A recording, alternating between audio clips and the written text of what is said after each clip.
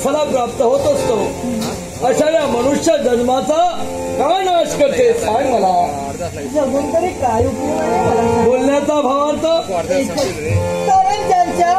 ज्यांच्याशी मी लग्न केलं तेच माझे सौभाग्याचे धणे या विश्वात कुठंच दिसत नाही. मग मी घरी जगून काय उपयोग आहे? थांब बोरी. अगं ज्या सुखासाठी तू एक सारखी तळमळतेस ते तुझं सुख, तो तुझा सौभाग्य सूर्य या जगात जिवंत आहे, जिवंत आहे. होय खरंच सांगते, माझ्या सौभाग्याचे धणी जिवंत आहेत. सांगा ना कुठं आहेत माझे सौभाग्याचे धणी? नाही गोरी.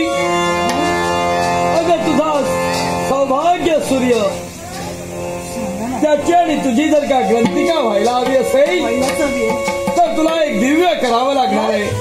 होय प्रसंग असू दे मी जाण्यासाठी.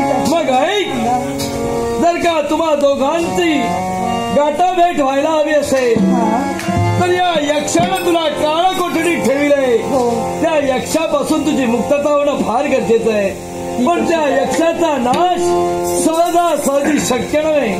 मग तो कोणत्या प्रकारे आहे? एकच असं काय? या 4 भिंती आड असताना ज्यावेळी तो यक्ष या काल कोठडीत येईल त्यावेळी तुला एक दिव्य करावं लागणार आहे. असं कोणतं? आणि ते दिव्य कोणतं उघड मला सांगता येणार नाही. तर तुझा कर्ण इकडे हे गुपित मी तुला आज कथन करतोय.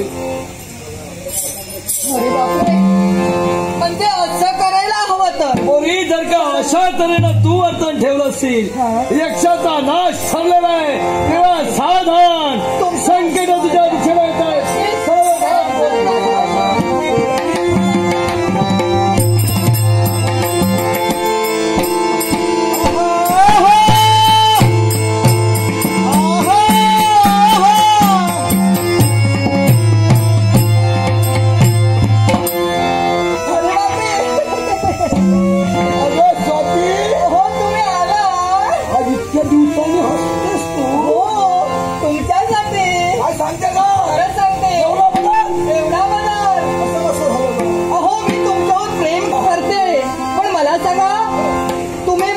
केवढं प्रेम करता हे मला आजमावायचं होतं. म्हणूनच तुम्हाला प्रथमतः नकार दिला. म्हणून तुमच्यासाठी एकच म्हणावं असं वाटतं.